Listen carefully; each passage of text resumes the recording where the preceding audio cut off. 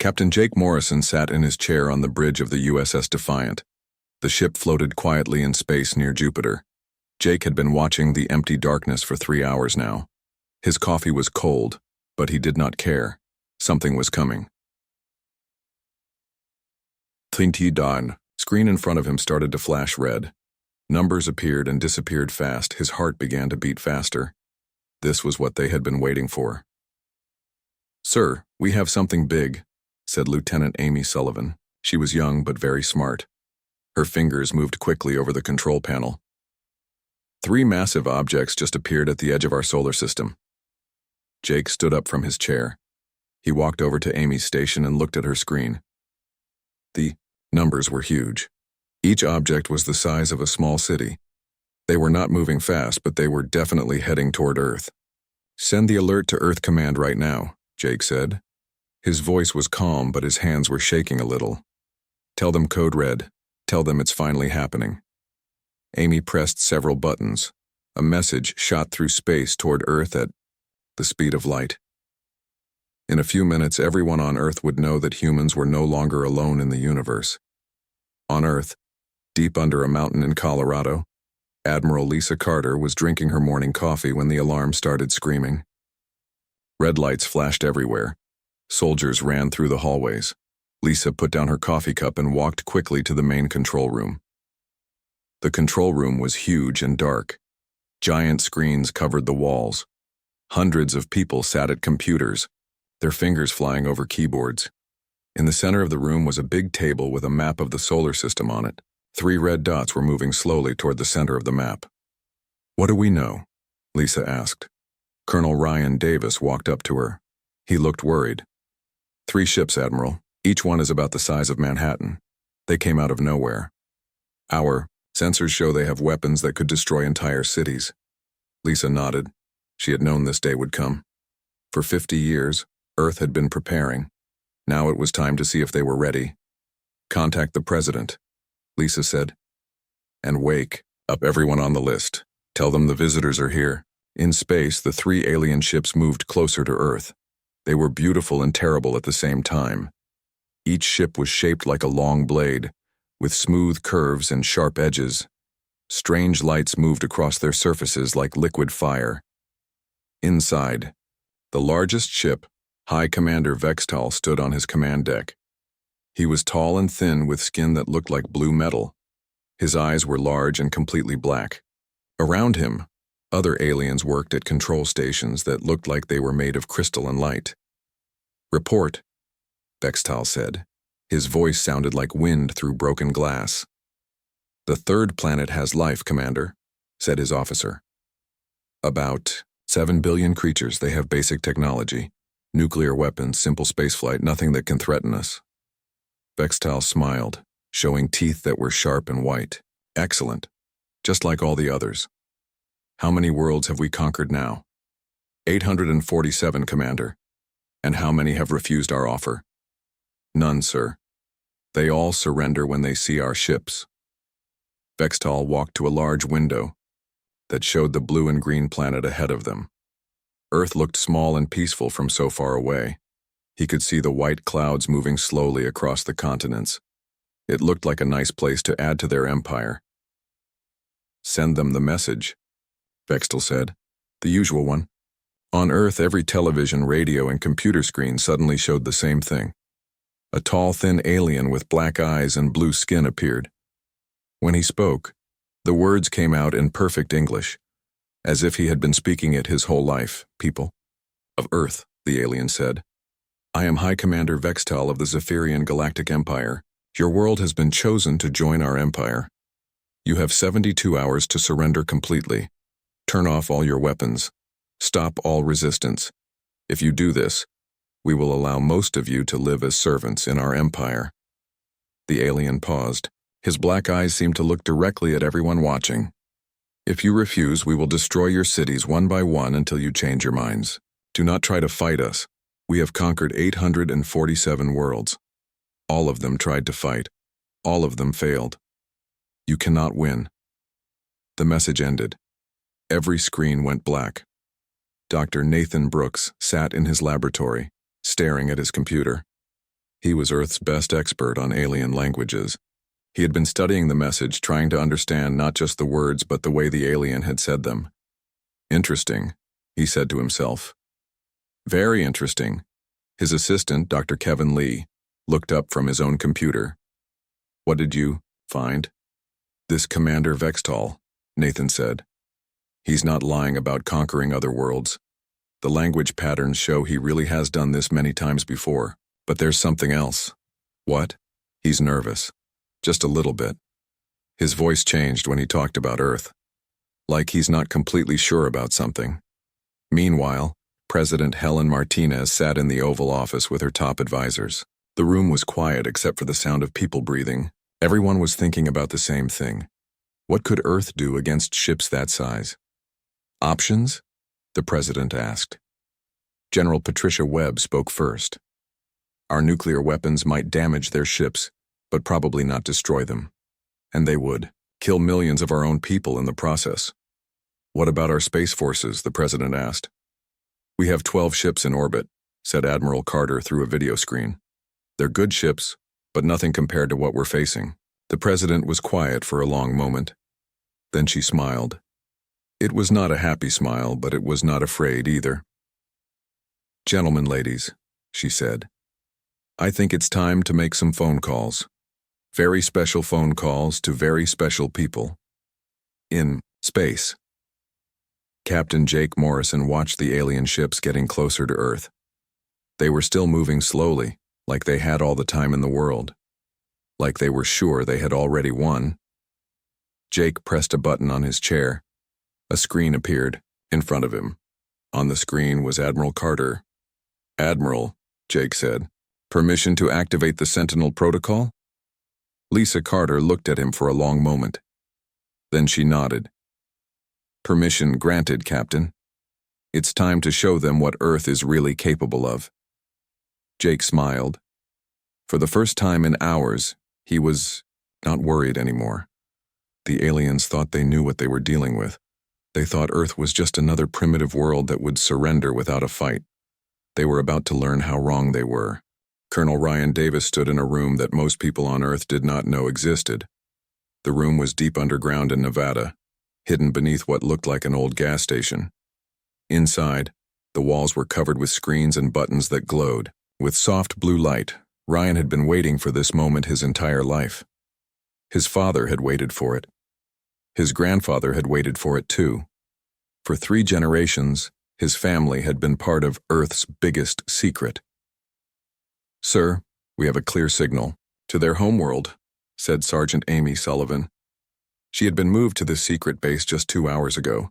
Her hands moved over controls that looked nothing like anything she had ever seen before. Ryan nodded. He walked to a microphone that hung from the ceiling. It was time to send humanity's answer to the Zephyrian Empire. This is Colonel Ryan Davis, of Earth, he said into the microphone.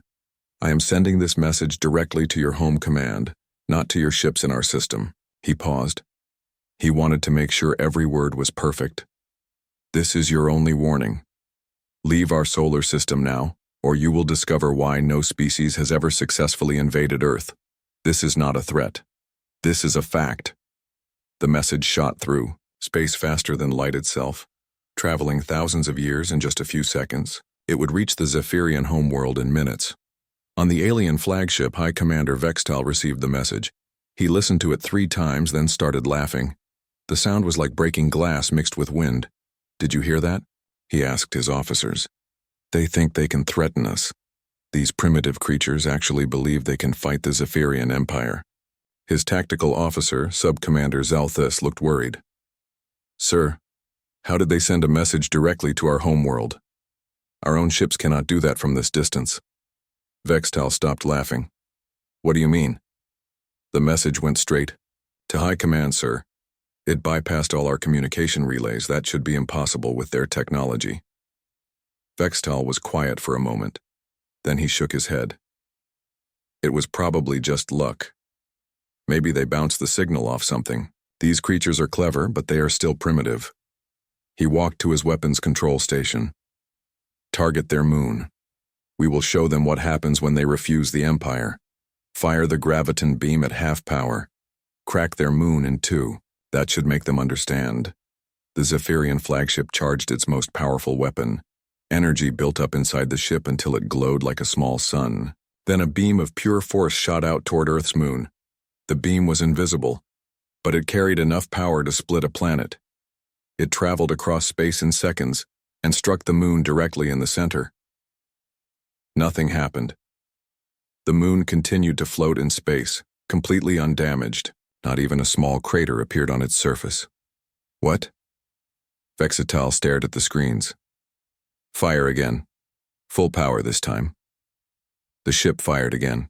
The beam was twice as strong as before. It hit the moon and spread across its surface like water hitting a rock. Still nothing happened. Sir, said the weapons officer, our sensors show the beam is being absorbed by some kind of field around the moon. But that's impossible. There's nothing there.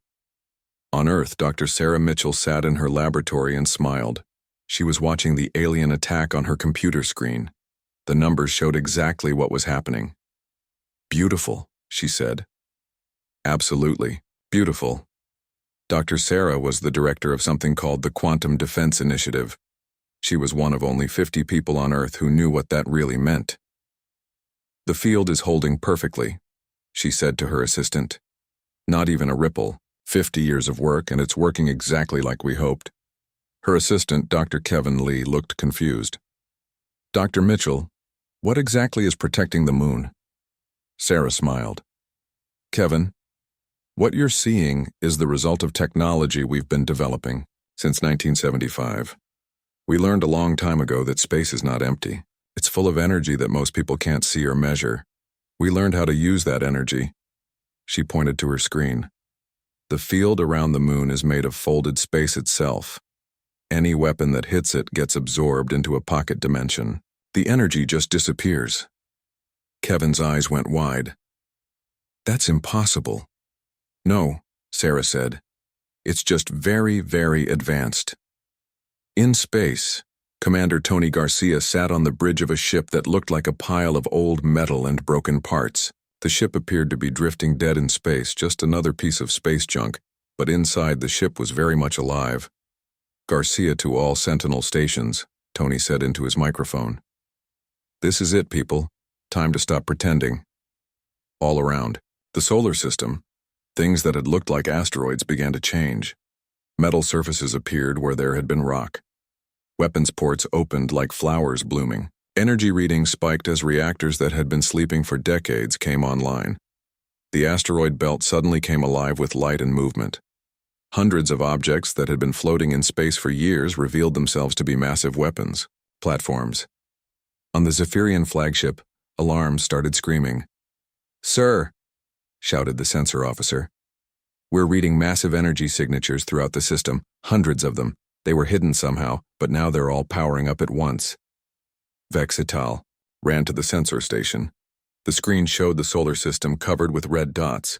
Each dot represented a weapon platform with enough firepower to destroy his ship. That's not possible, he whispered. Our scouts surveyed the system for months. There was nothing here but empty space and a few primitive satellites. Sir, said Zalthus quietly, I think we may have made a mistake. Captain Ben Parker sat on the bridge of the USS Sovereign, a ship that had been hiding behind Mars for 10 years. The ship was 2 miles long and carried weapons that could destroy a moon. Parker to Fleet Command, he said. All ghost ships report, ready. One by one, 12 more ships appeared throughout the solar system. They had been invisible, hidden by technology that bent light around them like water around a rock. Each ship was larger and more advanced than anything the Zephyrians had ever seen. Dr. Kevin Lee was now completely confused. In the past hour, he had learned that Earth had weapons in space, energy fields that could stop planet-killing beams and ships that could turn invisible. Dr. Mitchell, he said, what is really going on? What is Earth? Sarah Mitchell looked at him with kind eyes. Kevin, what I'm about to tell you is going to sound crazy. Earth is not what it appears to be. Humanity is not what it appears to be. We've been pretending to be a young, primitive species for a very long time. She pointed to the screens around them. Every piece of technology you're seeing today was built using knowledge we've had for centuries. We could have revealed ourselves long ago, but we chose not to. We wanted to live in peace. But why reveal ourselves now? Because, Sarah said, sometimes peace is only possible when others know the cost of breaking it. On the Zephyrian flagship, High Commander Vextal stared at his screens in growing horror. His instruments showed energy readings that should not be possible from a primitive world. His weapons had no effect on their defenses. Hidden fleets were appearing everywhere. "Sir," said his communications officer, "we're receiving another message from the planet." "Put it on screen," Vextal said. A human woman appeared on the screen. She looked calm and friendly, like she was having a normal conversation. "Hello, Commander Vextal," she said. "My name is Ambassador Claire Thompson. I think it's time we had a proper talk." Vextal's blood went cold. How did she know his name? How did she know he was the commander? "We know everything about you and your empire," Claire continued. "We've been watching you for a very long time. We know about the 847 worlds you've conquered. We know about your plans for Earth." She paused and smiled. It was not a threatening smile, but somehow it made Vextal more afraid than any weapon could have. "What we want you to know," Claire said, "is that you are not dealing with another primitive world. You are dealing with something much older and much more dangerous than your empire has ever encountered." The message ended. Vextal stood in silence for a long moment. Then he turned to his tactical officer. "Zalthis," he said quietly. "What are our options?" Zalthis looked at the sensor. Readings again. When he spoke, his voice was barely a whisper. "Sir, I think our only options are to run or to die." General Patricia Webb stood in the war room deep under Washington, D.C. The room was filled with screens showing every part of the solar system. She had been waiting her whole career for this moment. "General, we have confirmation," said Major Sam Rodriguez. "All defense platforms are online, all ghost ships are in position. Solar collection is at maximum capacity." Patricia nodded. She picked up a red phone that connected directly to the President. "Madam President, we are ready to show them what Earth can really do.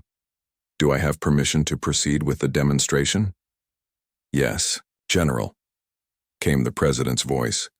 "Show them, but do not destroy them. Not yet." Patricia hung up the phone and turned to face the room full of officers and scientists. "Ladies and gentlemen," she said, "it's time to drop the mask." In space, the asteroid belt between Mars and Jupiter began to change. What had looked like ordinary rocks floating in space suddenly came alive with light and energy. Captain Ben Parker watched from the bridge of the USS Sovereign as hundreds of defense platforms revealed themselves. Each platform had been disguised as a simple asteroid for over 30 years. "Beautiful sight, isn't it?" said his weapons officer, Lieutenant Danny Foster. Ben nodded. 30 years of hiding, 30 years of pretending to be space rocks. Today they finally get to show what they really are. One by one, the platforms powered up their weapons. Energy readings spiked across the solar system. The combined firepower was more than enough to destroy 1,000 fleets like the one the Zephyrians had brought. On the alien flagship, alarms screamed so loudly that some of the crew had to cover their ears. "Report," shouted High Commander Vextal. "Sir, we're reading weapons signatures throughout the asteroid belt," said his sensor officer. "The energy levels are... Sir, they're impossible. Each one of those platforms has more firepower than our entire fleet combined." Vextal felt something cold in his stomach. "How many platforms?" "We count 467, sir, and they're all targeting us." Sub-Commander Zalthis walked up to Vextal. His face was pale with fear. "Sir, we need to consider retreat. This is not what we expected." But Vextal was too proud to retreat. He had never failed a conquest before. He would not start now. "Power up all weapons," he ordered. "Prepare to attack the platforms." "Sir, I don't think that's wise." "I said power up all weapons." On Earth, Engineer Chief Laura Adams sat in a control room that looked like something from a science fiction movie. Screens covered every wall, showing energy readings from around the sun itself. "Laura to General Webb," she said into her microphone. "Solar collection network is ready. We're drawing power directly from the sun's core. Energy levels are at maximum. Laura, had been working on the Solar Collection Network for 20 years. It was a system of invisible satellites that surrounded the sun, collecting energy and beaming it to Earth and the defense platforms. The Zephyrians had no idea that Earth had been harvesting the power of an entire star. "General Webb to all stations," came Patricia's voice over the speakers. "Begin the demonstration. Show them our real power, but do not fire on their ships. We want them to see what they're facing." In the asteroid belt, the defense platforms began to move. They arranged themselves in perfect formations like dancers performing a deadly ballet. Energy flowed between them, creating patterns of light that were beautiful and terrifying. Captain Jake Morrison watched from the USS Defiant as the platforms began firing. But they were not firing at the alien ships. Instead, they were firing at empty space, creating massive explosions of light and energy that could be seen from Earth. "Jake to Fleet Command," he said. "The demonstration is working perfectly. The alien sensors must be going crazy right about now." He was right. On the Zephyrian flagship, every sensor was screaming warnings about energy levels that should not exist. "Sir," said the weapons officer, "those platforms just fired weapons that are 50 times more powerful than our main guns, and they fired them as a demonstration. They could have destroyed us easily." Vextal stared at the screens. He was beginning to understand that his fleet was not facing a primitive world. They were facing something that made his empire look like children playing with toys. Then something even more impossible happened. Dr. Kevin Lee sat in his laboratory working with technology that had been given to him just hours before.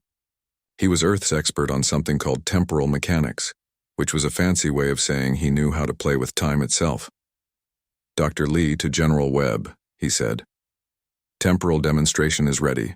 Shall I proceed?" "Proceed, Doctor." Kevin pressed a button on a machine that looked like it was made of crystal and light. The machine hummed quietly, then sent a signal back through time itself. 30 minutes earlier, just as the Zephyrian fleet had entered the solar system, they received a message. It was their own conquest message, but it arrived before they had sent it. On the alien flagship, the communications officer stared at his screen in confusion. "Sir, we're receiving our own message, the one we sent to Earth, but we're receiving it before we sent it." Vextal felt his legs go weak. "That's impossible." "Sir, according to our computers, this message traveled backwards through time. These humans have mastered time travel." Zalthus sat down heavily in his chair. "Sir, if they can control time itself, then they could have destroyed us before we even arrived. They could erase us from history itself." But the demonstration was not over yet. Captain Ben Parker received new orders from Earth Command. "Ben, take your fleet and show them what real space travel looks like." Ben smiled. "You heard the orders, people. Let's show these tourists how we really move around the solar system." The 12 ghost ships of Earth's hidden fleet suddenly disappeared from their positions around the solar system. They did not use hyperspace or warp drive or any technology the Zephyrians knew about. Instead, they folded space itself. 1 second, the USS Sovereign was hiding behind Mars. The next second, it was floating directly in front of the Zephyrian flagship.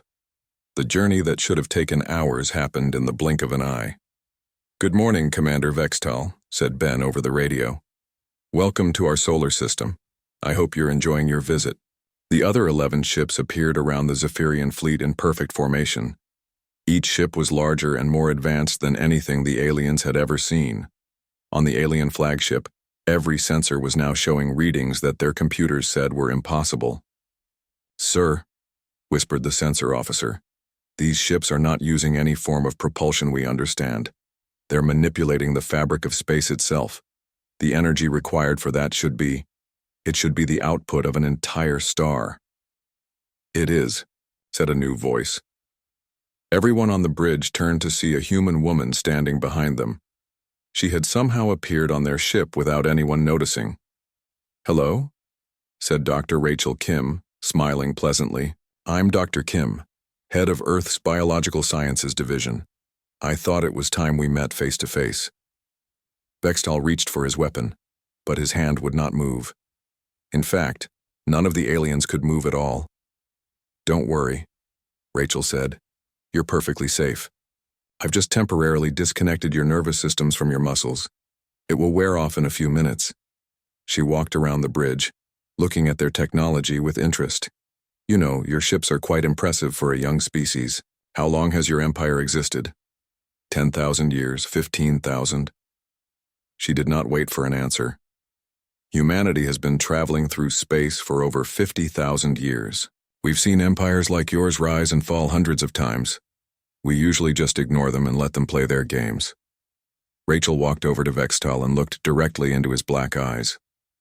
"But sometimes," she said, "an empire gets too big for its own good. Sometimes they start picking on worlds that can't defend themselves. When that happens, we have to step in." She snapped her fingers and suddenly all the aliens could move again. "The question now," Rachel said, "is what we do with you. We could destroy your fleet so easily that you wouldn't even know what happened. We could erase your empire from history. We could make it so you never existed at all." She paused and smiled again. "Or we could let you go home and tell your leaders what you found here. We could let you spread the word that there are some worlds in this galaxy that are not to be conquered." Vextal found his voice. What are you?" "We're human," Rachel said simply. "We're just very, very old humans who have had a lot of time to learn and grow." She started to fade away like smoke. "Think about it, Commander. You have until tomorrow to decide. Attack us and be destroyed, or go home and live to see another day." She disappeared completely, leaving the alien crew staring at empty air. Vextal slumped in his command chair. His empire had conquered 847 worlds. They had never met anyone who could resist them. Now he knew why. They had never met humanity before. Ambassador Claire Thompson stood in a room that had no walls. She was floating in space, but she could breathe normally. Around her, stars moved slowly, like distant lights on a Christmas tree. This was Earth's most secret meeting place, built inside a pocket of folded space. "Ambassador Thompson to Zephyrian flagship," she said into the empty air. "Commander Vextal, I believe it's time we had a proper conversation." On the alien ship, Vextal was sitting alone in his private chambers. He had not eaten or slept since the demonstrations began. His empire had never faced anything like this before. When Claire's message came through, he almost ignored it.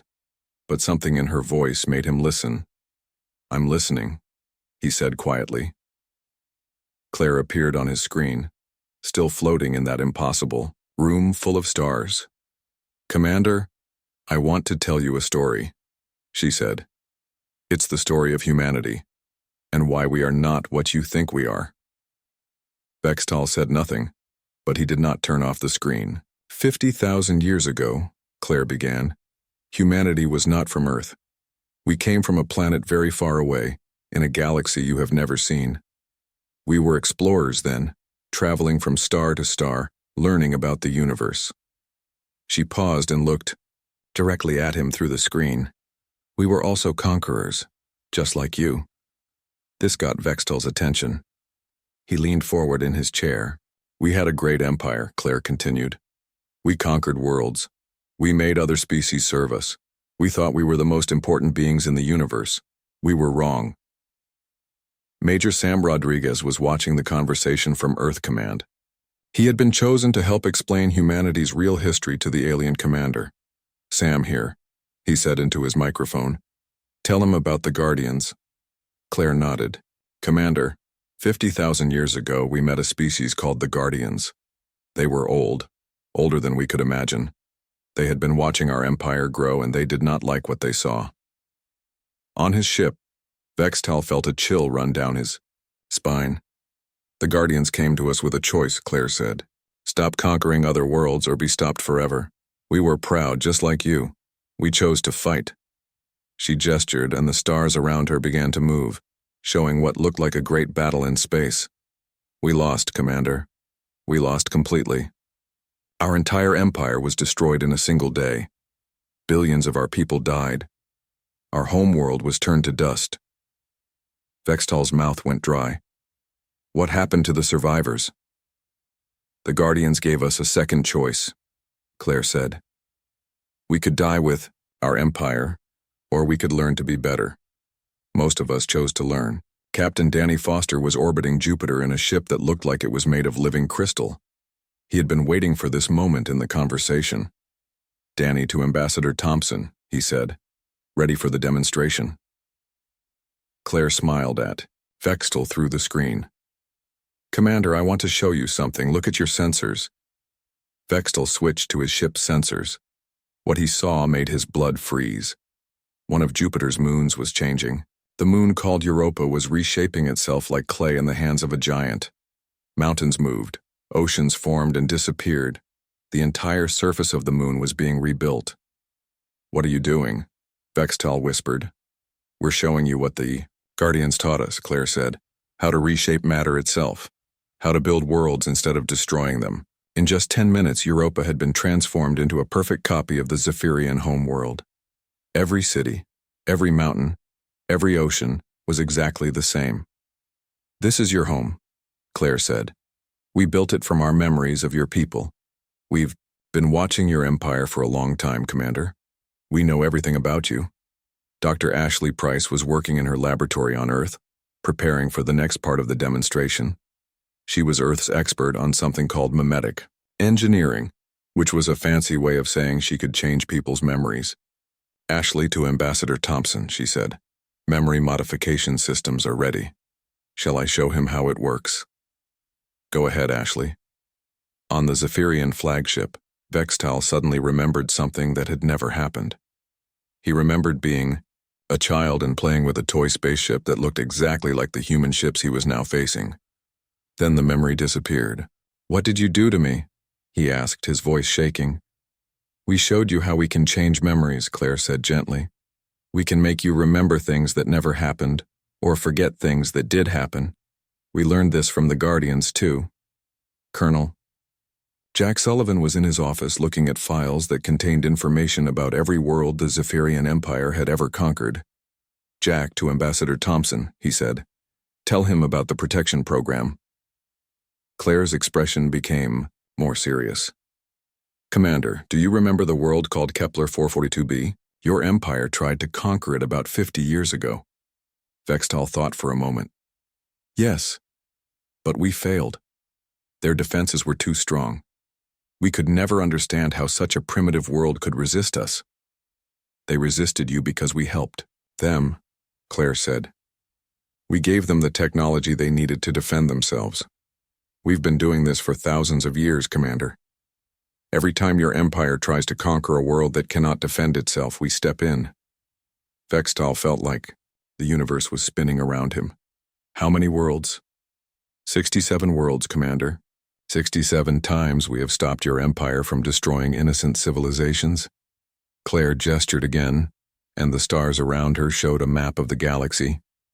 Dozens of star systems were marked with blue lights. "All of these worlds are under our protection now," she said. "Your empire has been surrounded by our influence for centuries, and you never knew it." Admiral Mike Henderson was on the bridge of a ship that was so large it had its own gravity. The ship was called the USS Genesis, and it was humanity's most advanced vessel. "Henderson to all ships," he said. "Prepare for final demonstration. Show them what we can really do." Around the solar system, all of Earth's hidden ships began to move. They formed a pattern in space that looked like a flower made of light. Energy flowed between them, creating something that had never been seen before. "Commander," Claire said, "watch your long-range sensors." Vextel switched to long-range scanning. What he saw was impossible. The human ships were creating a new star. They were pulling matter and energy from empty space and crushing it together until it began to burn with nuclear fire. "We can create suns, Commander," Claire said. "We can build solar systems. We can make life itself bloom on dead worlds. This is what the Guardians taught us to do, instead of conquering and destroying." The new star burned brightly for a few minutes. Then the humans let it fade away. But Vextel had seen enough. "What do you want from us?" he asked, his voice barely a whisper. "We want you to make a choice," Claire said. "The same choice the Guardians gave us 50,000 years ago." She paused, letting her words sink in. "You can continue trying to conquer worlds and we will stop you. Every time. Forever. Your empire will never grow again. and eventually, it will fall apart. Vextal knew she was telling the truth. If humans could create stars and change memories and travel through time, they could definitely stop his empire whenever they wanted. "What's the other choice?" he asked. "Learn to be better," Claire said. "Stop conquering. Start helping. Use your technology to build instead of destroy. Become the kind of species that the galaxy needs." She smiled at him through the screen. "If you choose to learn, we will help you. We will teach you what the Guardians taught us. Your empire can become something greater than you ever imagined." Vextal was quiet for a long time. He thought about his empire, about the 847 worlds they had conquered. He thought about all the beings who had died because of his orders. "And if we refuse?" he asked. Claire's smile disappeared. "Then you will discover why no species has ever successfully invaded Earth, and your empire will join the list of civilizations that thought they were too strong to fail." She began to fade from the screen. "You have until sunrise on Earth to decide, Commander. Choose wisely." The screen went black, leaving Vextal alone with the most important decision his empire had ever faced. On the bridge of his ship, Sub-Commander Zalthis was looking at all the sensor readings from the past day. The humans had shown them technology that was thousands of years ahead of anything the Zephyrian Empire possessed. "Sir," he said quietly, "what are your orders?" Vextal stared out at the small blue planet that had changed everything he thought he knew about the universe. "I don't know," he whispered. "I honestly don't know." The sun was rising over Earth when High Commander Vextal made his decision. He had spent the entire night staring out at the blue planet, thinking about everything the humans had shown him. His empire, his pride, his entire understanding of the universe had been shattered in just 2 days. "Zalthis," he said quietly to his second-in-command, "send a message to the human ambassador. Tell her I want to speak with her." Sub-Commander Zalthis looked relieved. He had been hoping his commander would choose wisdom over pride. "Yes, sir. Sending the message now." Within minutes, Ambassador Claire Thompson appeared on the main screen of the Zephyrian flagship. She looked calm and rested, as if she had been expecting this call. "Good morning, Commander Vextal," she said with a gentle smile. "Have you made your decision?" Vextal stood up slowly. He felt older than his years, tired from carrying the weight of his empire's future. "I have," he said. "But first I need to understand something. If your people are so powerful, why did you let my empire conquer 847 worlds? Why didn't you stop us sooner?" Claire's expression became sad. "Because, Commander, sometimes people need to learn lessons the hard way. Your empire needed to grow large enough to understand what it was becoming, and the worlds you conquered, many of them needed to learn how to fight for their freedom." Admiral Mike Henderson was listening to the conversation from his ship, the USS Genesis. He had been Earth's Supreme Commander for 20 years, and he had seen many empires make this same choice. "Tell him about the memory option," Mike said quietly into his communicator. Claire nodded. "Commander, we're prepared to offer you something that will allow your empire to save face while still doing the right thing." "What do you mean?" Vextal asked. "We can modify the memories of your entire fleet," Claire explained. "You will remember coming to Earth and finding it protected by an ancient civilization that your empire had never encountered before. You will remember that this civilization was too powerful to fight, and that you made the wise decision to retreat. Dr. Ashley Price was ready in her laboratory with the memory modification equipment. She had done this before with other aggressive species, helping them find a way to change course without losing their dignity. Your empire will tell the story of the mysterious guardians," Claire continued, "being so advanced that even the mighty Zephyrian Empire knew better than to challenge them. It will become a legend that keeps other empires from making the same mistakes you almost made."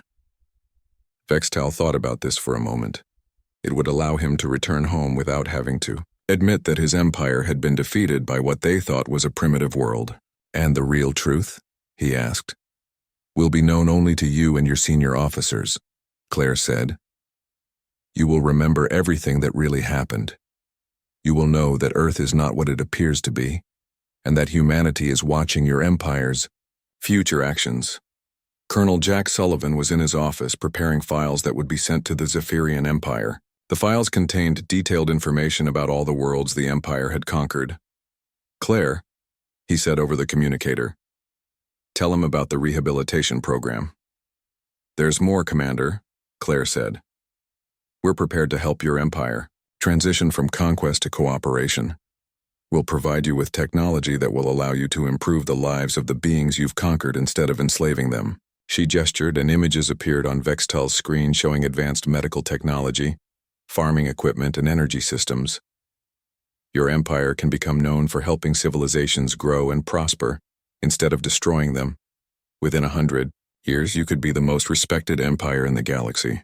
Captain Danny Foster was floating in space in a small scout ship, watching the conversation through his ship's sensors.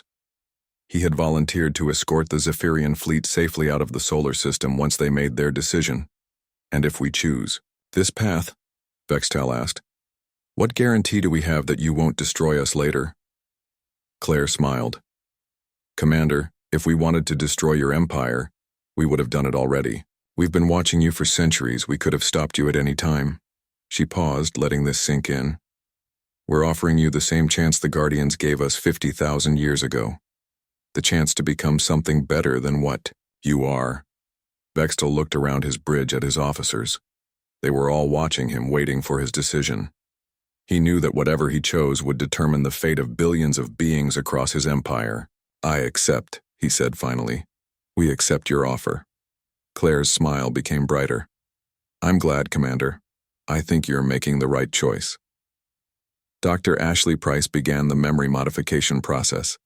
It was gentle and painless, like falling, asleep and waking up with a slightly different dream. The memories of the Zephyrian crew were carefully adjusted, replacing the truth with a story that would serve everyone better. President Helen Martinez was in the Oval Office watching the show proceedings on a secure video feed. She had been president during humanity's first open contact with another intelligent species, and she felt the weight of history on her shoulders.